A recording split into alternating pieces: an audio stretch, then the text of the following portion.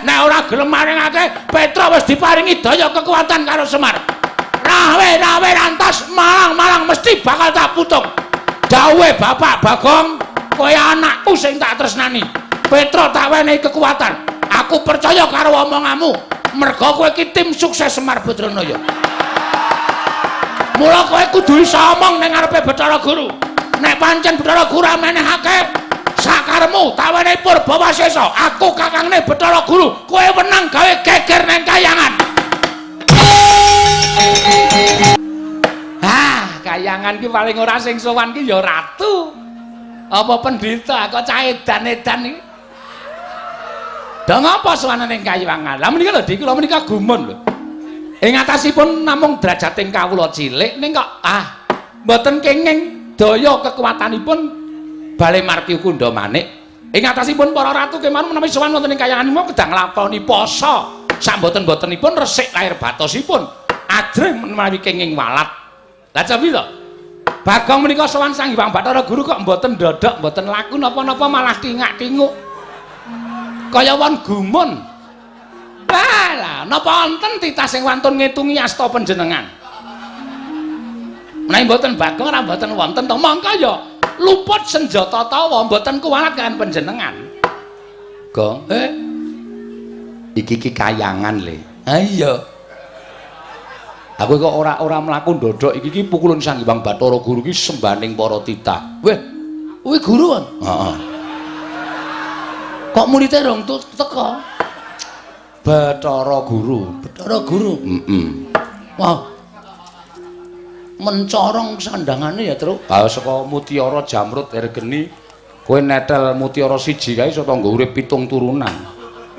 Dadalke, Truk. Aja. Ora wani kok dadalke ora. Malak ning. Lho kok malak piye? Tangane papat ya. Hyang Bathara Guru tangane papat. Wah nek ados suwe kuwi. Mergane keleke ning ngosoki papat. Lah tenan ora? Lah Petra, wonten dalu Bugulun. Kita sowan yo kena ning Suralaya ning mbok yo sesuk meneh iki nek sowan ki ijen. Ora kan dadak ngejak Bagong. Walah. Para dewa dah ora kajen mungsuh Bagong nek carane kaya ngene iki. Ayo Hyang Bathara Guru kok denekke keleke papat. Monggo ulun ki ndereke panjenengane wis mangabat-abad rong tau wani karo Hyang Manik Maya. Lah kok iki bocah iki cere kawani karo Sang Hyang Manik Maya ki. Adalah. Terus iki tep apa wong e, Tru? Ya wong ya kok omonge tanpa pedhot tak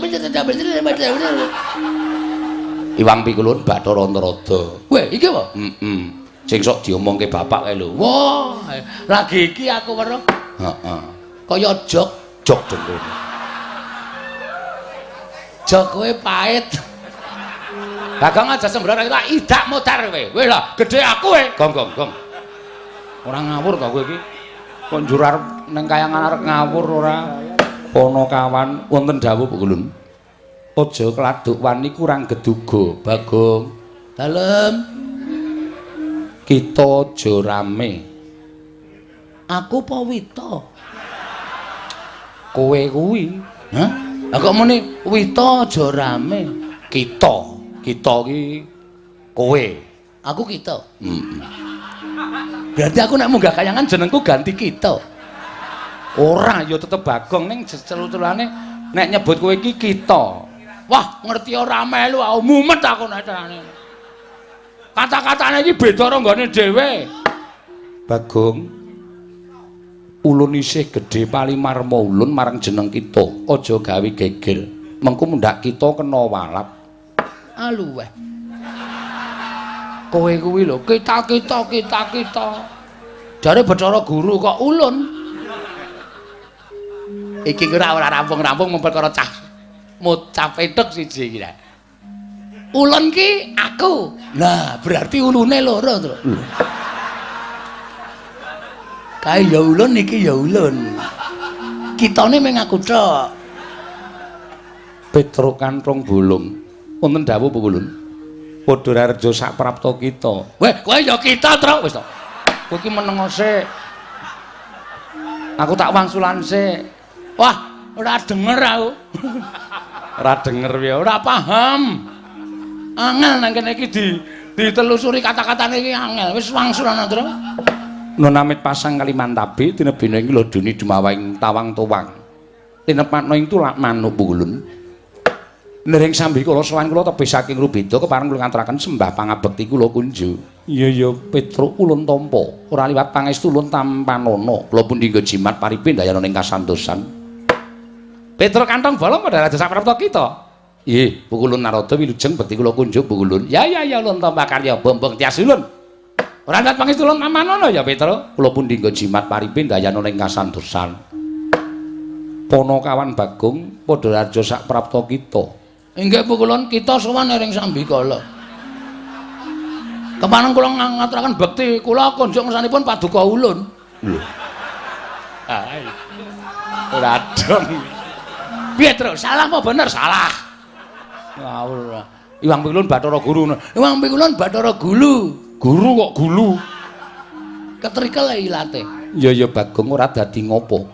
Gandeng kita kuwi atmajaning Kakang Ismaya. Mula ulun paringi pangapura. Sanes Pukulun. Lho. Sanes piye? Kula niku anake Semar dudu anake Ismaya. Ismaya iki jenenge bapak iki ya isi Ismaya. Wah, nek ngono aku ora kendang. Si Es. Pak Es. Si Es. Pak Es. Bagong padha raja saprapta kita. Wah, iki lakone iki. Pangestunipun Iwang Pikulun Narada. Nering Sambikala Pikulun. Ayo syukur. Ayo iya. Wah, cah edan tenan ora. Wis dewa ora kajian iki wis ora. Petruk padha raja saprapta kita. Pangestunipun Iwang Pikulun Bathara Indra wilujeng. Bagong padha raja saprapta kita. Sapa Indra? Bathara Indra. Kowe nggon film kae apa? Udu. Enak ana telu to, Dana Kasina Indra. Iki bedewa ya. Wah, kok tak tendang modar. Kok tak tendang genti kowe. Ora ngerti kok arep ditendang ora. Bathara Indra. Oh nggih Pukulun Bathara Indra. Bekti kula katur nggih Pukulun. Iya. Ulun tampa Bagong prayogakna. Nun nggih, sampun mboten kirang prayogi. Petruk padha raja sapraptamu. Pukulun Yama Dipati wilujeng. Oh iki bahaya lho, Gong. Hah? Iki bahaya. Iki sing tukang jabut nyawane titah. Iki wak mburi ya? Bagong padha raja sapraptamu. Sapa, Tru? Yama Dipati. Iwang Pikulun Yama Dipati wilujeng. Bekti kula konjuk Pukulun. Iya. Ampun dicabut. Ora. Mang neng kemawon mengke rak. Ucul dhewe. Mboten sah dicabut. Iya. Bagong iya nggih. Edan lan kok kowe, Gong. Aku biasane ngono e. Tak nengke wae biasane. Petruk kantong bolong padha raja sapraptamu. Pangestunipun Pukulun Penyarian wilujeng bekti kula kunjuk. Iya Petruk. Pangestu tampanana. Nggih. Bagong padha raja. Sapa ki, Tru? Penyarian. Oh, Pak Carik. Udu. Pukulun Penyarian. Ayo ki nang kelurahan Carik to? Ora. Penyarian ya pokoke sing nyateti apa-apa. Sekretaris maksudnya? Pukulun penulisan. Wilujeng bekti kula konjo Pukulun Penyarian. Iya Bagong prayogakna Panakawan. Nun nggih. Lho, kok guyu apa? Sampeyan yo mesem kok. Berarti aku nang kene iki entuk masa. Wah, gayamu ora. Pukulun Penyarian ketoke seneng enak aku omong terus ki. Iya ning iki ning kayangan kok ndak nek Iwang Pikulun Bathara Guru ngendika Bagong aja sembrono. Ulun sotke dadi cacing. Iso dadi cacing tenan. Waton ora ketemu wong mancing lho. Ha iya. Nang ketemu wong mancing cilaka aku ambing ditemleki nggon pancing cemplungke banyu diseret karo wader. Wader ya apa? Rara. Petruk dalem Pukulun. Ana wigati apa kita sowan? Apa saka karsanira pribadi? Apa pancen diutus dening wong atuamu Kakang Ismaya? Menawi lepat Diagung Pangaksami kepareng kula ngaturaken tebah Siti Sekul binunteling ron klapa. Apuran ta mbok bilih wonten lepat kula nggih kula munjatur sapa paduka Iwang Adi Pukulun. Petruk kaya ora dadi ngopo, matur sembah nuwun. Ndungkap angka kalih Wale-wale menapa Bu Kulun? Sowan kula wonten ing Kayiwangan menika sayekti mboten saking pikajengan kula piyambak. Namung kula menika dapur dipun utus. Sapa ingkang ngutus? Ah inggih Bapak Semar. Inggih, Bapak Semar nggih Kyai Nayantaka. Ya Sang Hyang Ismaya. Nuwun sewu malah sakmangke kula badhe nanjihaken. Kondange ngake padha nyebutake nek Sang Hyang Ismaya niku nuwun sewu kadangne sepuh Bathara Guru nggih panjenengan. Niku janjane niku napa ming cerita napa asli? Iya pancen nyata. Kakang Ismaya kuwi kadangku tuwa. Weh, bener, Gong. Bapak iki jebul kakangne Bathara Guru. Ah ngopo Bapak dadi kere ning jagat ki? Ah ngerti dadi dewa, malah mulya dhewe ya ora kedungsang-dungsang uripe. Kakangne Bathara Guru kok ngere nang Karang Kadempel mangan intip kaya banyu. Dikopyok nang weteng. Arene ra ya mamane paling ora roti ya ta. Ning bapak ki wis seneng ngono kae kok. Wah, Semar ki pancen aneh. Ha nggih, nek ngaten kula ngaturaken panuwun. Lah, dene wigatosipun Bu Kulun, mboten sanes estunipun bapak menika bingung. Bingung perkara apa? Bapak niku janjane mung kepengin duwe kajat nggih menika bangun desa. Semar menika kepengin bangun desa. Wah, lakone Semar bangun desa iki. Wis dibedhek ora, aku iki senengane mbedheki ngono iki kok, Gong. Soale wis saking kerepe. Iki nek aku ora gawe sanggit liya.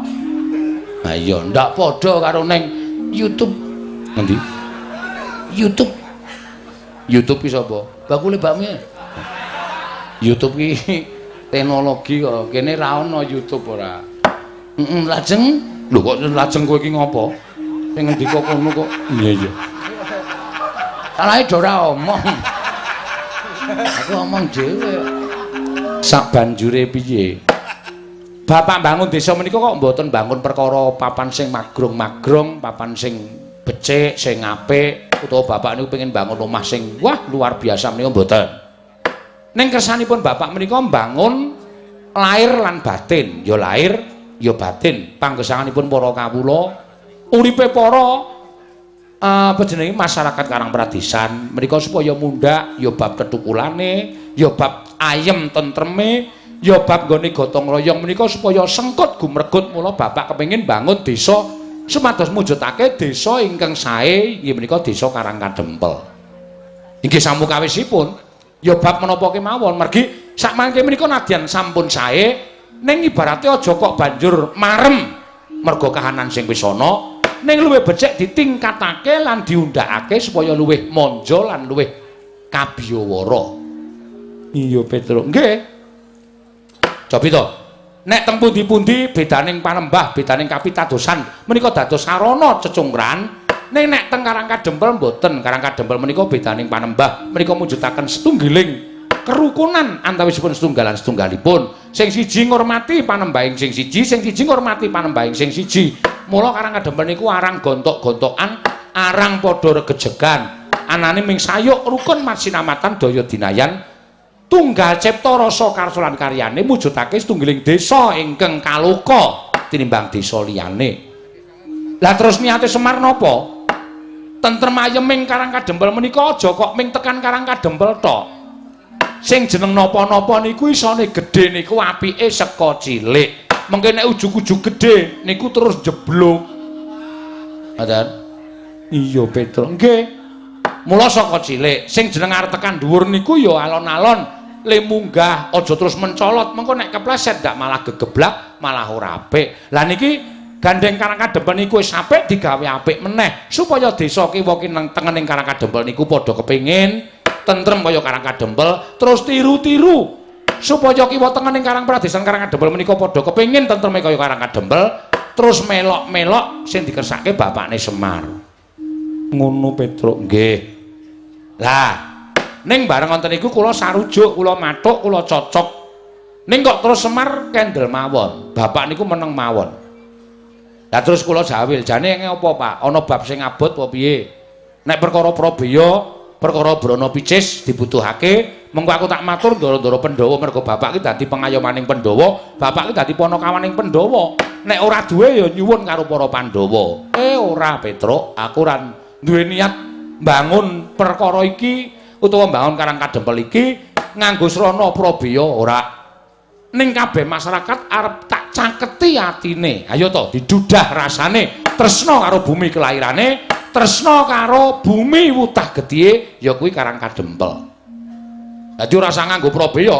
Bangun desa nganggo Prabeya niku entekake dhuwit. Mengko bangun tanggul terus napa diborongke. Lah niku tegese entekake dhuwit. Ning masyarakate supaya sayek saeka kapti, tetunggalan manunggal ayo to. Iki apik dienggo dhewe, iki becik awake dhewe sing ngrasake. Mula ayo bareng-bareng padha dibangun. Ah ngoten niku karepe bapak. Iya Petruk kuwi becik banget. Nggih. Ning kok bapak niku paring pangandikan? Bapakmu paring pangandikan piye? Srana iki bisa lancar, srana iki bisa rancak. Kabeh para kawula sak Karang Kadempel bisa ngrasakake ayem-ayem tentrem. Waton syarat sranane kaya sing nalika aku ngimpi kelakon, Truk. Bapakmu ngimpi apa? Bapak niku ngimpi methik Sekar Jambu Dipa Nirmala kalih Pelem Pertangga Jiwa. Niku sing abot teng mriku niku. Bapak niku ngasta kondur wujudipun Sekar Jambu Dipa Nirmala kalih Sekar Pelem Pertangga Jiwa. Mongko Jambu Dipa Nirmala Pelem Pertangga Jiwa niku thukule ming neng Kayangan. Lah terus kula cancut, saiki gareng piye sing tuwa? Sagum munggah Kayangan ora? Gareng sambat nek awake lara kabeh. Nek kon munggah Kayangan mboten iso mergo Kayangan niku munggah gunung Himawat sing dhuwure ora karo-karuan. Dalane menggak-menggok lan sak piturute. Iya, nggih. Lah terus gandeng gareng ora gelem kula saguh. Ndilalah kok Bagong ya saguh. Ha to, Gong? Heeh. Arep kula karo Bagong walu tekan mriki ora bareng. Kowe metu ngendi to, Gong? Serungga. Oh. Kowe metu parang tritis mesti ngono ta, Tru? Heeh. Nilai losmen to kowe? Ora. Ora ya. Wah, kowe iki. Napak tilas. Napak tilas dengkulmu melocot lho lah. Senengane aja sok buka wadine wiyaga-wiyaga. Ngerti kok aku? Aku mula emoh. Aku liwat Serungga. Ah iya. Arep mampir none Simbah malah gerah. Ya ora apa-apa. Lah sak banjure mila suwan kula sampun Bathara Guru menika wonten sukalelaning penggalih sak mangke paring agungan. Keparenga sak mangke mandhapaken Sekar Pelem Pertangga Jiwa lan Sekar Jambu Dipa Nirmala menika kaparingna dhateng Petruk niku bapak sing nyuwun. Omongga Bathara Guru, omongga Si Manikmaya. Aku wis ora mapan ning Kayangan. Aku wis ikhlas dadi titah, aku wis ikhlas dadi menungsa lumrah. Nek nganti Bathara Guru kok ora menehke kembang Jambu Dipa Nirmala, kembang Pelem Pertangga Jiwa, aku sing arep munggah ning Kayangan. Bathara Guru njaluk tak walik mripate ngoten. Ya Gong, ora aku ora krungu kok. Ajar lho kowe. Ora ana kata-kata ngono ki ora ana. Kowe senengane nambah-nambah ya, Truk. Oh, bapak ki wong sopan wadake ora ana kata-kata kaya ngono kok. Apa bapakmu ngendika kaya ngono? Jane mboten. Namung kula ki mawon supados suasanane rada tegang ngoten lho. Pripun? Dipun paringaken apa mboten? Nek diparingake dina niki ajeng kula boyong kalih Bagong, dene ora. Kula kaparingan Purbawasesa. Terus kene maju tak sebul mbun-bunamu. Nek wis tak sebul mbun-bunamu, kowe munggah ning Kayangan. Nek guru ora meneke kembang Jambu Dipa Nirmala, kembang Pelem Pertangga Jiwa, kowe ngamuka ning Kayangan. Ora ana sing iso menang karo kowe. Arep Manikmaya nggunakake cis Trisula, guntur geni guntur angin, ora bakal iso ngobong awakmu, ora bakal bisa tumama ning awakmu. Nah, nuwun sewu mula bengi niki kula rada gleleng. Lah nek kula wis disebul mbun-bunan kula, Kula mboten ajeng pripun-pripun. Upama panjenengan ndawake guntur geni guntur angin, nek kula ora apa-apa, ning mang ndawake Bagong. Bagong dereng disebul mbun-bunane. Wah, semari banci ndhe banci ladan. Ha iki kok sing dadi korban aku ngono. Kowe wis disangoni daya kawijayan karo bapak, aku blas e. Ha engko nek ditamani Cis Trisula sing modar kowe. Modar ning kene. Aja kuwatir Bagong, wong mati ning kayangan ki jujuk swarga. Wis truk kowe bali dhewe. Aku tak mati nang kene. Aku ngendikane Bathara Teka iki, hus. Anu Bathara Antarada iki nek mati nang kayangan ki bakal munggah swarga. Wis kowe nang neraka tak idiak sirahmu. Lamit ya, Tru. Sing ngomong sapa wong mati ya didelok ala becike, nek ala ya nyemplung neraka, nek becik ya nyemplung swarga. Ora ana kok mati ning kayangan jujuk swarga iku dapusi Bathara Narada. Wah, asem e. Ora tak ngujog lho. Agonge pancen trembelane kok kowe iki. Iki Bathara Narada iki kamituane kayangan kok dijak-jok. Ajok ora? Ayo ajok. Ajok ya wis. Ngene kok geger ora. Ngono Petruk. Nggih, nyun pangapunten. Namung sedela kemawon. Mangke menawi sampun paripurna anggenipun damel srana syarat inggih menika wujudipun pambangunipun padukuhan Topa Desa Karangkadempel badhe kula konduraken upami dipun paringaken dhateng Bapak malah Bapak matur nuwun syukur kinarya pusaka wonten ing Karangkadempel pukulun Kakang Rodo kados pundi Kakang Landara dase tadi napa sing kula aturaken sekawit kala wau jebul wonten nyatanipun kula mun jatos paduka Diprasi Bathara Guru nek Pandhawa ora duwe niat apa-apa ya kiwa tengening Pandhawa serati ning Pandhawa lah dalah nyata Petruk sowan njaluk kembang Plempertangga Jiwa kembang jambu dipunirmala monggo Purbawaisa nasta paduka Diprasi Bathara Guru dipun paringaken menapa mboten nek ora diparingake ya kudu iso nundung Petruk nek diparingaken ya menika langkung sae jan nyatanipun ingkang mbetahaken menika Semar Badranaya Kakang Semar Nayantaka meniki kadang paduka sepuh piyambak. Inggih Kakang. Nanging menawi kula paringaken sakmangke menawi kawanguran dening para titah sanesipun. Tan wurunga kinten kula menika dewa ingkang banci nggih banjiladan. Leripun. Sampun kathah ingkang badhe nyuwun sekar Plempertangga Jiwa miwah sekar jambu dipunirmala. Mboten kula paringaken nanging sareng kula warga kula piyambak ingkang nyuwun tumunten kula paringaken menika mangke dados alok ing para titah ing mapan wonten ing Janaloka Kakang. Wis monggo ning kudu ngati-ati lho Di ngati-ati le atur wangsulan lan Petruk Kantong Bolong ning nganti panjenengan sisip gone paring pangandikan lan Petruk Kantong Bolong arep apa-apa bocah niki bocah lantip batur niki batur sing pinter mengko ndak kriwikan dadi grejekan geguyon dadi tangisan ndak kayangan digojak-jakan dening para panakawan Petruk dalem ulun bakal maringake ya kuwi wujuding sekar Plempertangga Jiwa lan sekar jambu dipunirmala estu pukulun iya Petruk nanging luwih becik gandeng sekar mau kudu dipethik sarana ulun pribadi ingkang methik mula kula ngenten ana ing repat kepanasan oh nggih sawise kita mapan ing repat kepanasan mengko ulun merpeki lawan jeneng kita bakal ulun paringi wujuding sekar Plempertangga Jiwa lan sekar jambu dipunirmala oh nggih siap nek pancen kaya ngoten kula niku mboten badhe andhuwa parang pekepan paduka Wang Pukulun Bathara Guru mboten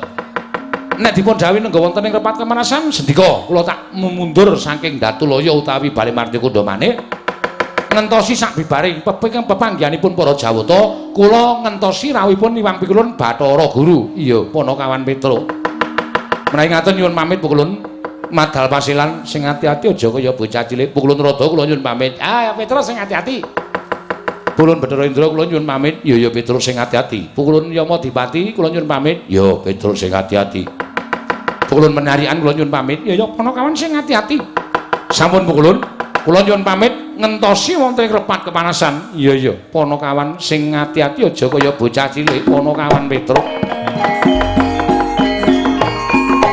Rada punapi Petruk sampun kersa mundur lah menika kok kadangipun Petruk Bagong tasih mogok-mogok wonten ing mriki kowe lah dalah iki bocah iki arep ngapa ya Bagong kita ki Petra ki wis metu nang tempat pemanasan kok kowe kita durung metu ki piye?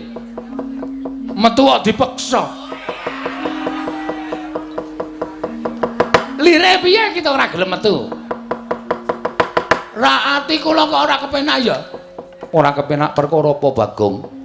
Nek Petra mboten patosa nggadaken pengendikanipun Iwang Pikuluntrada, ning nek kula kok setiap omongane piyai niku tak petung, tak glejah. Tak goleki iki lereke kata-katane iki nendi? Mengkono. Nggih. Lah terus panjenenganipun Iwang Adipukulun paring pangandikan. Niku kula bundeli teng ati kula. Jane nganten mawon. Luwih becik jujur mbangane sampeyan tumindak sing ora jujur mengke gawe gelo atine Petruk. Gawe gelo ati kula. Mengke kayangan rusak merga saka pakartine Petruk awulung sampeyan jujur. Pangandikaku sing piye Bagong? Akeh wong sing kepengin njaluk kembang Jambudipa Nirmala, kembang Pelempertangga Jiwa. Mboya ulun paringake.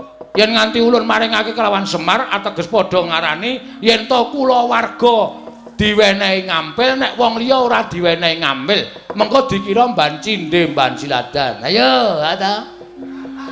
Nggih mboten? Iya Bagong. Nah, dengan melihat kata-kata itu bocah iki omongane kok tekan kaya ngono ki piye ra?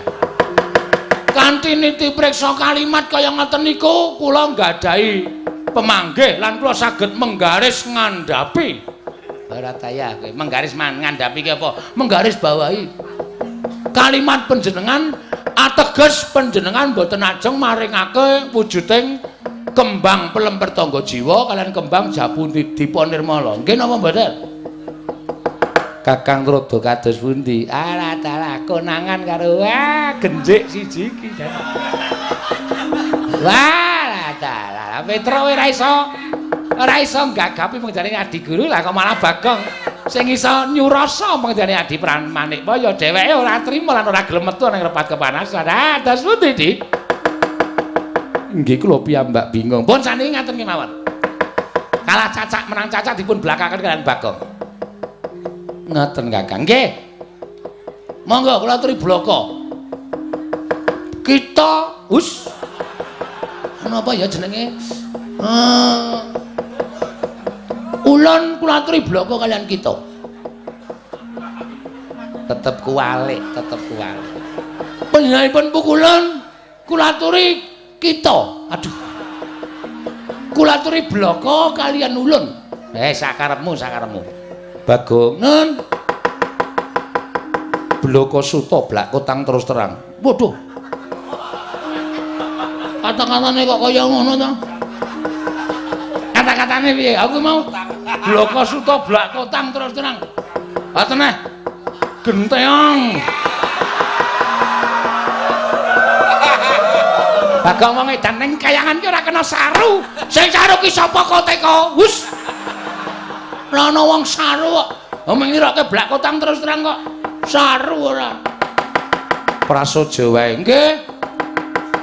Yen to Semar bakal nyuwun Pelempertangga Jiwa wujuding kembang lan kembang Jambudipa Nirmala.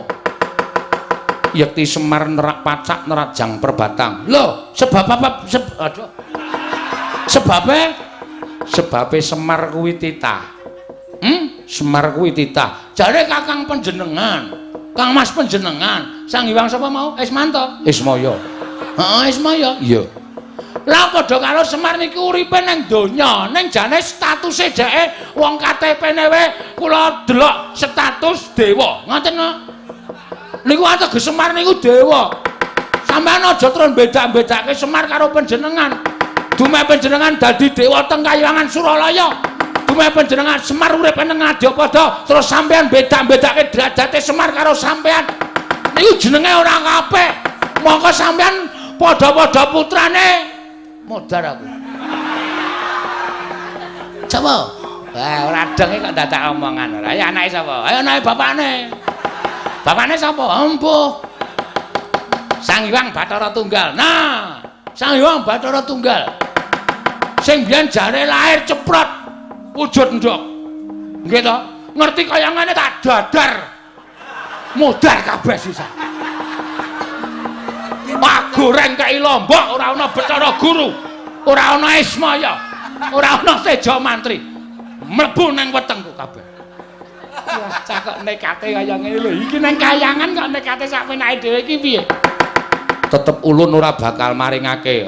Nek ora gelem maringake, Petra wis diparingi daya kekuatan karo Semar. Rawe rantas malang mesti bakal tak putung. Dawuhe Bapak Bagong, kowe anakku sing tak tresnani. Petra tak wenehi kekuatan. Aku percaya karo omonganmu. Merga kowe iki tim sukses Semar Badranaya. Mula kowe kudu iso omong ning ngarepe Bathara Guru. Nek pancen Bathara Guru amenehake sakaremu tawane Purbawasesa, aku kakangne Bathara Guru, kowe wenang gawe geger nang kayangan.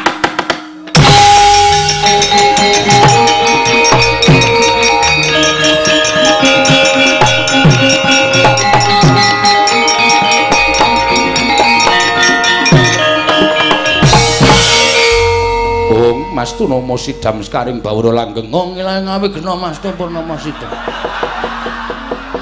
Mastu Iwang Jagat karena Sinan Tondo kawisaning Bisna Panjang kunjung pasir lawuh jeneng. Ana nggih negari ku ditengkeke. Iki malah janturan ki ngapa cah iki? Wah, wong ilahe iki sebutaning para dewa. Aku ya iso nang wong ilahe. Sekaring Bawana Langgeng. Sekar Mayang. Wah, isih kelingan lagune Gomblo. Kowe lah, pukulan tepang kali Gomblo. Sembuh ora caturan ora. Aku ngerti lagune ora. Iki sapa iki? Bathara Indra, ngati-ati ya, Nger, ngati-ati. Nek musuh liyane kita kena sembrono ning bocah iki ndugal kewarisan. Ngerti ta kowe kedadiane Bagong iki saka sapa?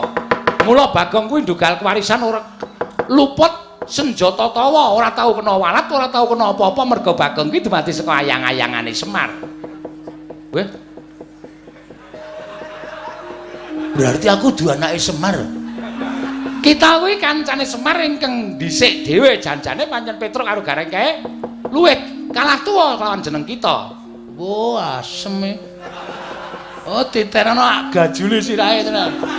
Kok digajuli sirahe ora kualat tuaku kok. Bagong, non waspadakno. Nggih, ulun Bathara Indra. Ulun putrane Bathara Guru ingkang angka catur. Angka 4. Iya, mbarepe sapa? Lho. Perkara mbarep karo ragil kuwi dudu perkaramu. Putrane Sang Hyang Manikmaya kuwi pirang-pirang cacahe. Persasat Jawata iki putrane panjenengane kabeh. Wah, edan. Luar biasa. Ora kabeh. Apa ora? Bagong omongan iso ditekuk-tekuk ora. Kuwi jenenge nyalahi peraturan ning pemerintah. Ana apa? Apa gunane ana BKKBN? Penyuluhan keluarga. Kena ngapa Bathara Guru anake pirang-pirang? Kuwi teges ora iso dadi patuladaning para titah. Dene dawuh karo para titah, cukup 2 saja. Apa itu? Ha iki kok anake sing angka 4. Sendra, iki gek ditonyo ngono wae malah sekarang kok.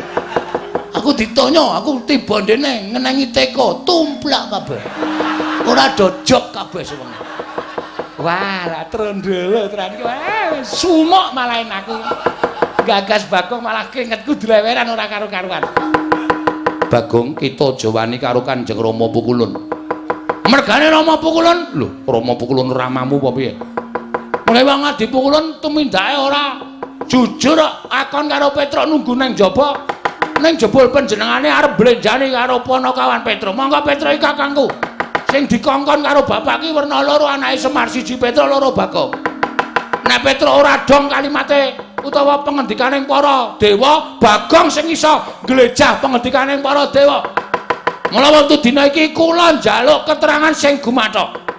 Nek ora dikekke Sekar Plempertangga Jiwa, Sekar Jambu Dipa Nirmala, Lena pangendamu penek dhewe. Lho. Kar dipenek dhewe apa enek wae. Aku kulino nyolong. Nan apa enek tak yok. Gogrok kabeh kembange. Aja ngawu gawan ngawur. Ya wis men. Yen kita wani kalian para dewa, tegese kita bakal cepak pati kita Bagong. Pancen kuwi sing tak gayo. Urip ngopo bendina mung bayar kreditan wae. Esuk 2000, awan 2000, sore 2000. Uripku ki wis rekoso. Ciduk wae tak kredit kok. Lah ciduk kok dikredit iki bangetan lho. Ya men sak karepku. Sedeng rusak urung lunas ya wis ngrekoso malah uripe. Kita metu njaba tunggu ning repat kepanasan. Mboten. Kula tetep ajeng nyuwun keterangan. Diparingke napa mboten? Yen diparingke kayangan ayam ayan tentrem. Tentrem. Yen ora diparingke dening Wang Pikulun Manikmaya kerubutan para dewa. Kowe lah bocah iki ya suarane kok ya sawenane. Ayo, sapa kene sing dadi senopati ning para Jawata? Yen perlu ya apa dipati kon jabut nyawane. Bagong, urung jabut nyawa, teteki untune, jabuti untune. Sing kondange Wang Pikulun Bathara Brama, sing iso ngobong apa-apa, apa rumasamu aku ora gawe ember. Bathara Brama metu guyang legane ngati. Mlebes banyune. Ayo sapa meneh sing arep ngrubut karo Bagong? Nek ora tak kayangane iki ndak dewa-dewa Jawa Radil. Bangane Semar munggah ning kayangan wong tuwek ketayalan luwung Bagong sing ora truma ning kayangan. Metu njaba ora metu ulun bopong ning njaba. Ayo kowe bopong aku piye kowe Bathara Brama?